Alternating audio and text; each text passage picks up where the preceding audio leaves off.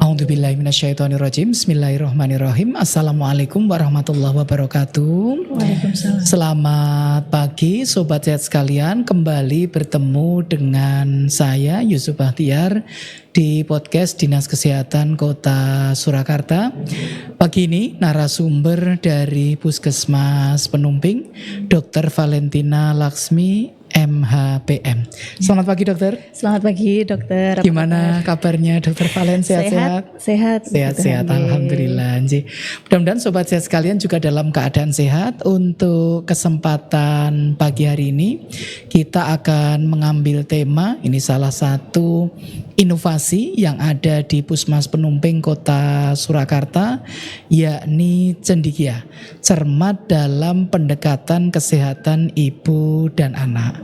Mungkin sebelumnya cerita dulu dok, Puskesmas Penumping ada di mana dok? Mungkin sobat sehat sekalian biar tahu ini tempatnya dokter. Iya, Puskesmas Penumping ini tidak sesuai dengan namanya dokter ya. Posisinya tidak di Kelurahan Penumping. Oh tidak di Oh ya, enggak apa-apa. Iya, Kelurahan Penumping, Puskesmas Penumping itu lokasinya ada di Kelurahan Bumi ya. Kelurahan Bumi.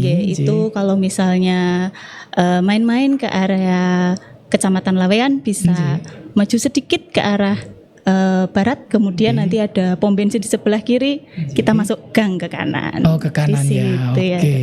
Nah ini sobat sehat sekalian ya, tempatnya untuk di Puskesmas Penumping. Ini membawai berapa kelurahan dokter? Ada 4 kelurahan dok. Ada Kelurahan Penumping, Kelurahan Panularan, Kelurahan Sriwedari, dan Kelurahan Bumi. Ini jadi tempatnya mungkin sobat sehat sekalian yang berada di area di sana yang mungkin akan mengakses pelayanan di Puskesmas Penumping bisa langsung di lokasi tadi di daerah Kelurahan Bumi ya, membawai pelurahan Penularan, Penumping, Bumi, dan Kelurahan Penumping itu sendiri. Baik dokter, untuk inovasi cendikia ini sebenarnya apa dok? Mungkin bisa cerita sebentar di awal ini dokter. Iya, sebelum masuk ke sana ya dokter ya. Kita semua kan tahu untuk puskesmas saat ini sudah dilengkapi dengan berbagai layanan kesehatan, alat-alatnya lengkap ya. Terutama untuk masalah kesehatan yang menjadi perhatian negara, yaitu pencegahan kematian ibu dan pencegahan stunting ya. Tapi kenapa ya masalah ini sepertinya kok sulit sekali dipecahkan, padahal Kota Solo itu akses ke layanan kesehatannya sangat mudah. Kita jalan 5 menit aja ketemu puskesmas, 5 menit ketemu rumah sakit gitu ya. Nah lalu kami berpikir dari banyaknya ibu hamil yang datang ke tempat kami itu, datanya masuk, kami periksa tekanan darah, kami periksa tinggi badan, berat badan, bahkan dilakukan USG. Datanya lengkap, tapi setelah itu datanya diapakan dok? Datanya kok hanya tersimpan. Siapa yang mau melihat ulang data itu? Siapa yang mau menentukan yang mana yang dipantau duluan? Gitu. Begitu juga pada anak-anak, anak-anak posyandu sangat gencar ya, pemeriksaan berat badan, tinggi badan itu dilakukan setiap bulan, masuk grafik.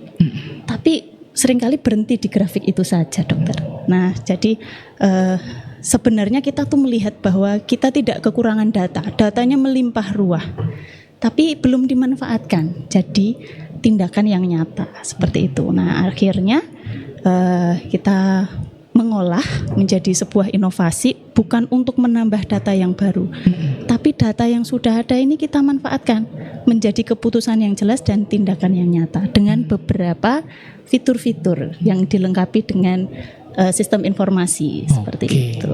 Nah, ini ya sobat sehat sekalian ya, jadi salah satu di antara masalah kesehatan yang juga ditangani oleh teman-teman di Puskesmas tidak sekedar hanya mengobati orang sakit. Nah ini ya, ini yang kadang-kadang masih idiom lama ya, sering nyebut Puskesmas pusing, keseleo, masuk angin. Nah ini jadi hanya mikirnya wah ini hanya sakit saja, enggak. Tapi ternyata sudah sangat advance bagaimana upaya untuk mencegah. Tadi sudah disebutkan Dr. Valen, diantaranya adalah pencegahan kematian ibu dan anak dan bagaimana untuk menangani stunting. Sekarang kita coba lebih dalam sedikit untuk hal ini dokter Nji. Untuk di kasus ibu dokter, apa sih kasus yang sering ketemu di pemeriksaan ibu hamil di puskesmas dokter? Ya, untuk kasus ibu, akhir-akhir ini kita melihat tren yang meningkat untuk kejadian obesitas pada ibu hamil, obesitas pada disertai ibu hamil dengan kenaikan tekanan darah, dok.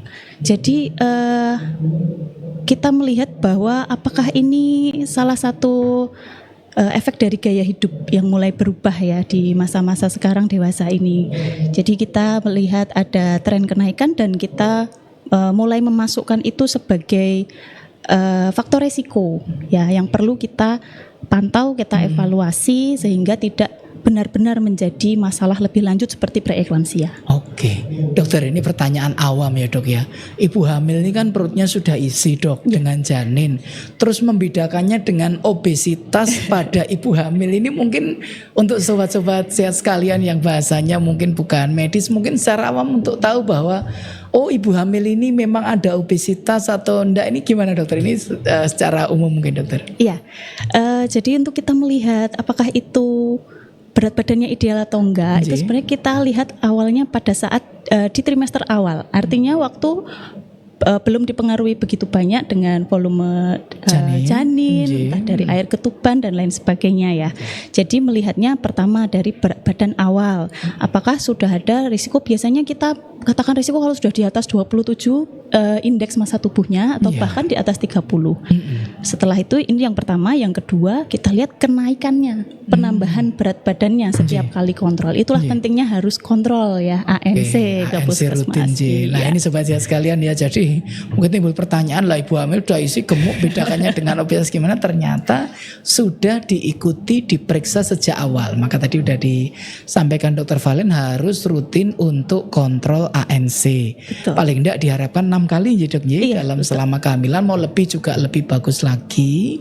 Nah dokter, kemudian kalau yang tekanan darah seberapa toh dok tekanan darah yang disebut tinggi terutama pada ibu hamil ini dan bisa dikhawatirkan nanti ke preeklamsi atau naudzubillah min dzalik juga preeklamsi berat dokter?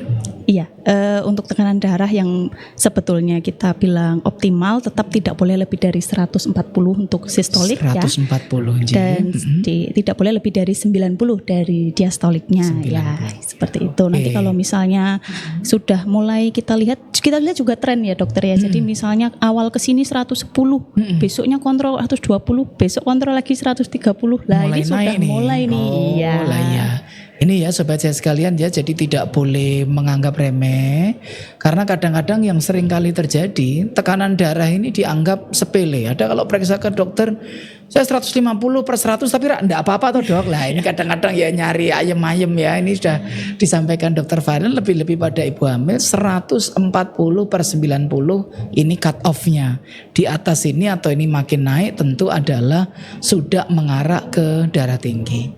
Kalau pada kasus kematian bayi atau balita, apa dok yang sering kadang ditemukan sebagai faktor risiko kayak tadi mungkin?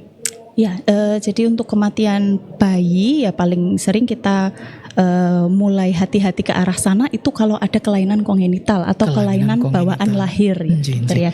Dan ini juga salah satunya bisa loh dideteksi dengan pada saat ANC kita lakukan USG. Di Puskesmas ada USG dokter? Ada USG. Teman sobat saya sekalian catat ini, di Puskesmas ada USG dan melayani pemeriksaan USG pada ibu hamil 2 kali dok kalau nggak salah. Iya, yang wajib itu di trimester 1 1 kali dan trimester 3 1 kali. Nah, di K1 dan K5, trimester 1 dan trimester 3 ini masing-masing diberikan ya untuk pemeriksaan USG, dan nanti ini yang diharapkan bisa mendeteksi, mudah-mudahan tidak terjadi dok, kelainan congenital yang nanti dikhawatirkan akan memicu atau menyebabkan kematian pada bayi maupun balita. Kalau stunting dok, apa yang bisa di awal diketahui atau dideteksi dok? Ya, untuk stunting itu kan sebetulnya kalau kita melihat dari definisinya, untuk stunting kan dia anak yang pendek, tinggi badannya tidak sesuai dengan usianya, dengan masalah nutrisi seperti itu. Ya. Memang ada beberapa anak yang pendek tapi bukan stunting. Taunya gimana ya harus periksa. Harus periksa. Nah ini mungkin data-datanya ya sudah diketahui. Nanti kalau sobat set sekalian mungkin ragu atau bingung ini stunting apa enggak, tentu saja jangan ragu untuk mengakses pelayanan kesehatan. Salah satunya tentu kalau yang dekat di sana ada di Puskesmas Penumping Kota Surakarta. Dokter, setelah kemudian kita tahu dok, oh ini ada faktor risiko dan sebagainya. Tadi mungkin sudah disampaikan juga sudah ada fitur-fitur untuk mengenali lebih dini dan sebagainya. Apa dok yang harus atau kemudian dilakukan terutama oleh pasien setelah tentu dokter Valen dan tim yang ada di Puskesmas Pondok mengetahui ini ada risiko, pasien harus gimana dok ini kira-kira? Ya, supaya mencegah ke sana tadi yang tidak diharapkan. Ya, yang pertama dan tentu saja pasien ketika datang ke puskesmas pasti akan kita berikan buku KIA ya, buku KIA, buku pink ya. Nah di situ sudah sangat banyak sekali dan lengkap informasi untuk ibu hamil ya, dan sampai ketika anaknya lahir apa yang harus dilakukan. Yang pertama baca ya, jadi jangan didiamkan, bukan buku pusaka ya, harus dibaca ini. Iya, yang pertama baca lalu dilaksanakan ya yang ada di buku KIA itu. Yang kedua ketika kontrol ya, tanyakan sebanyak-banyaknya apa yang menjadi keraguan dan kondisi panjenengan semuanya pada saat kontrol, baik ke bidan maupun kepada dokter. Lalu dijalankan advisnya ya, nasihatnya diikuti. Ketika memang mungkin ada kepikiran sesuatu, kata ibu saya mitosnya begini ya, kata mertua saya mitosnya begini, bisa dipastikan dulu. Dipastikan lebih dulu dikonfirmasi ke dokter ya tentunya. Iya. Lalu ya tadi yang ketiga, jangan lepas kontrol ya, jangan lepas kontrol, termasuk kalau di puskesmas itu kan kita memantau tidak hanya waktu datang ya dokter ya, juga saat kita mungkin melalui WA kita datangi kunjungan ke rumah. Ada via WA juga dokter? Ada, iya, nanti ada pengingat juga, notifikasi WA Plus juga nanti kita kembangkan ke situ. Nah ini jangan menutup diri kalau kami harapkan ya, jadi kita bekerja sama ya supaya panjenengan juga pasien-pasien mengerti kondisinya saat ini dan apa yang dilakukan itu bisa sama-sama jelas, aman semuanya. Oke, lah ini ya sobatnya sekalian ya, kalau nanti ternyata kok periksa masuk di dalam screening pemantauan tadi ada risiko, maka sudah disampaikan tadi, satu untuk ibu hamil terutama buku KIA Pink-nya harus dibaca. Ini sobat sehat sekalian yang belum pernah tahu buku KIA nanti bisa browsing tuh ya di Google, nanti ada bukunya berbentuk pink. Di sana sudah lengkap sekali, mulai dari rambu-rambu screening ya dok. Betul. Untuk pemeriksaan, hasil pemeriksaan dan tindak lanjut tadi sudah disampaikan. Kalau untuk tindak lanjutnya tentu yang kita harapkan untuk mematuhi advis dokter. Ya. Saya dengar ada kelas ibu hamil, kelas ibu balita juga dok? Iya betul, jadi untuk kegiatan yang ke masyarakat kami juga cukup banyak ya dokter ya, ada termasuk kelas ibu hamil. Di situ kita mulai dari pengetahuan, keterampilan, bahkan prenatal yoga gitu ya. Kita termasuk prenatal yoga. Nah ini mungkin yang baru ya sobatnya sekalian yang belum tahu ya, sudah ada terkait ini sebelum kelahiran tentunya ya. Ini betul. Ada yoga di Puskesmas juga dok? Nanti untuk lokasinya biasanya kita di kelurahan ya. Di kelurahan ya, jadi lebih mendekatkan diri untuk pelayanan ini sampai di masyarakat dan bisa diikuti oleh ibu hamil. Nah ini ternyata sudah maju sekali teman-teman, sehingga kita harapkan ini tentu bisa diakses. Untuk kelas ibu balita apa dok yang dipelajari kok sampai disebut kelas ini dok? Kelas ibu balita banyak sekali ya, termasuk bagaimana perawatan pada balita yang mulai dari balita kan 0 sampai 5 tahun ya. Itu kita bagi beberapa kelas.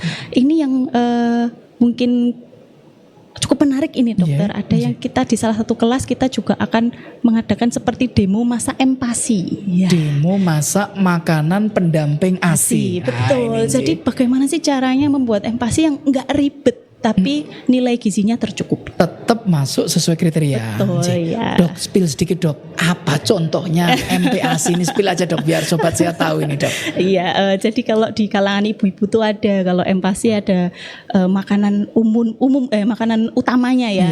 Itu makanan utamanya sama makanan selingan ya dok. Iya.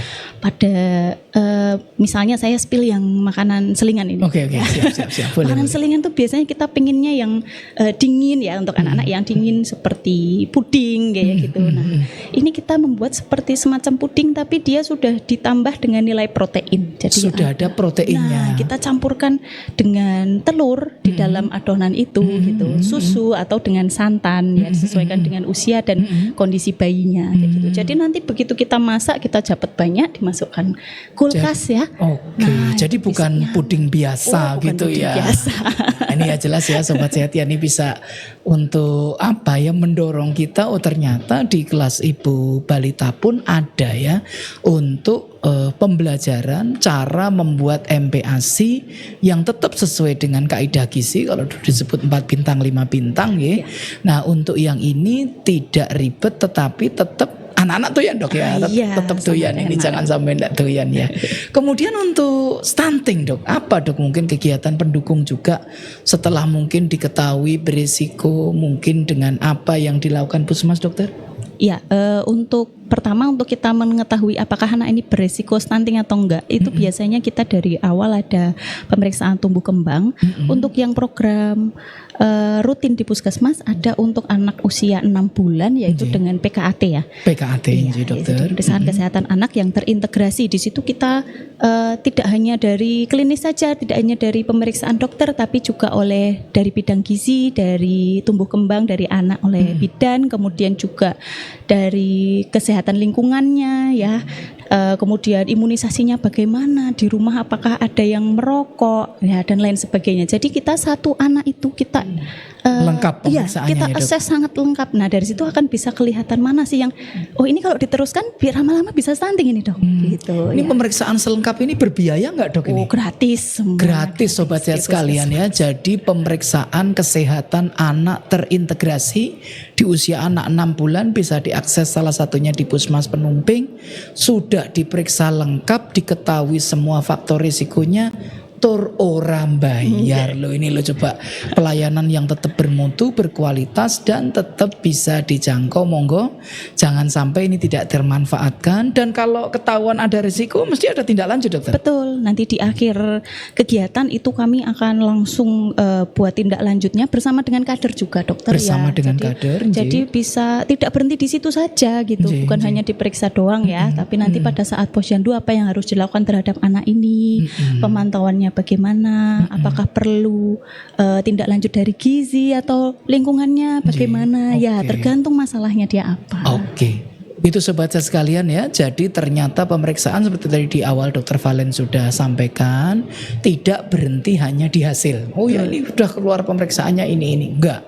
Tetapi ada tindak lanjutnya. Oh ternyata kalau sudah bagus berarti teruskan ya dok. Betul, pola hidup sehatnya. Oh ternyata perlu untuk diobati, langsung di Puskesmas juga bisa memberikan pengobatan. Nah alhamdulillah, seandainya pun perlu untuk referral dirujuk ke rumah sakit juga akan diberikan rujukan. Dokter, selama yang sudah dilaksanakan ini, untuk cendekia apa yang mungkin sudah ditemukan dan apa yang sudah mungkin dilakukan sehingga masyarakat mengetahui tentang manfaat program cendekia ini dokter? Ya, jadi untuk cendekia sendiri kita sebetulnya seperti rekam medis di rumah sakit seperti itu dokter, tapi ini untuk kegiatan kunjungan ke rumah ya, untuk kunjungan ke rumah. Dan kegiatan masyarakat seperti tadi misalnya kelas ibu balita atau posyandu ya, itu dicatat semua, kita bisa lihat dari cendekia itu. Jadinya tidak hanya ketika orang pasien ini kontrol baru kita punya datanya gitu ya. Nah, sudah ada datanya lengkap. Jadi kita bisa melihat perkembangannya nih. Kemarin kami ada pasien ketemu saat PKAT dokter, itu wasting. Wasting ini sudah masuk ke resiko stunting ya, walaupun belum stunting. Lalu kita langsung masukkan sistem cendekia, kita pantau data hasil BPTB, kami melibatkan kader juga. Nah, mereka juga mengisi ke sistem itu, kita bisa lihat oh penambahannya segini, oh masih kurang seberapa. Intervensinya ditambah di titik itu, seperti itu. Akhirnya ini sudah normal. Alhamdulillah. Jadi Sobat Sehat sekalian, ternyata memang betul-betul bermanfaat program inovasi cendekia ini. dalam mengawal, terutama memang fokus tadi ada ibu, bayi, balita ya, dan termasuk stunting. risiko stunting gitu, supaya kalau bisa tentu naudzubillah min dzalik jangan sampai terjadi kematian ibu maupun bayi balita, termasuk juga ke arah stunting. Tadi sudah diberikan contoh, yang wasting pun dengan dilakukan intervensi yang tepat, dipantau dengan tepat, alhamdulillah bisa normal. Terakhir dokter, mungkin ada yang mau disampaikan take home message, pesan-pesan untuk sobat sehat sekalian dokter, monggo dokter. Ya, mungkin gini, untuk dari Puskesmas itu mengharapkan derajat kesehatan masyarakat itu meningkat seluruhnya, ya, tidak hanya yang sakit menjadi sembuh, tetapi yang sehat tetap sehat, ya, yang hampir sakit jangan sampai sakit. Ya, ini fokus kami tenaga kesehatan di Puskesmas, terutama untuk ibu hamil, kemudian ibu nifas, ya, ibu melahirkan, ibu nifas, kemudian bayi, balita. Ini mohon untuk bisa memperhatikan kesehatannya diri sendiri, dan ketika memang ada sesuatu yang diragukan atau ingin ditanyakan, jangan ragu-ragu untuk datang ke Puskesmas. Tidak harus sedang sakit untuk datang ke Puskesmas. Tidak harus sedang sakit ya, sobat sekalian ya. Iya. Jadi kalau saya hanya ingin memeriksakan perkembangan anak saya, boleh, Puskesmas sangat terbuka kapan saja gitu. Iya. Terima kasih sekali Dr. Valen, sobat sehat sekalian, tadi sudah disampaikan. Monggo sobat sehat sekalian bisa mengakses pelayanan di Puskesmas, salah satunya Puskesmas Penumping, ya, berlokasi di Kelurahan Bumi, tadi disampaikan ya, di sebelah SPBU dekat Toko Roti ya dok ya, itu ya. Nah, tinggal nanti belok ke kanan atau ke kiri masuk, ya, bisa diakses di sana. Tidak hanya yang sakit saja, namun yang sehat pun bisa juga untuk kontrol, menilai mungkin ada risiko, perlu screening kesehatan kayak tadi. Dikira sehat, bareng dicek ternyata tensinya tinggi. Bareng dicek, loh ternyata ada obesitas tadi. Nah, tentu nanti akan diberikan pelayanan yang terbaik dari Dr. Valen khususnya, dan tentunya adalah bersama tim di Puskesmas Penumping. Mungkin sampai sini dulu dokter. Terima kasih sekali atas waktunya. Terima kasih kembali dokter. Tidak kapok nanti yang datang di podcast Dinas Kesehatan Kota Surakarta. Dan sobat sehat sekalian, kita harapkan masih selalu setia mengikuti podcast Dinas Kesehatan Kota Surakarta, berisi ilmu-ilmu dan informasi terkait kesehatan kita. Bagaimana menjaga, tadi sudah disampaikan Dr. Valen ya. Kalau bisa yang sehat jangan sakit ya. Kalau yang bacot sakit jangan parah. Nah, gitu ya. Kalau yang sudah parah pun tetap akan bisa tertangani sehingga kembali sehat seperti sedia kala. Kami akhiri podcast di kesempatan pagi siang hari ini. Selamat siang, salam sehat untuk kita semuanya. Akhirul kalam, assalamualaikum warahmatullahi wabarakatuh.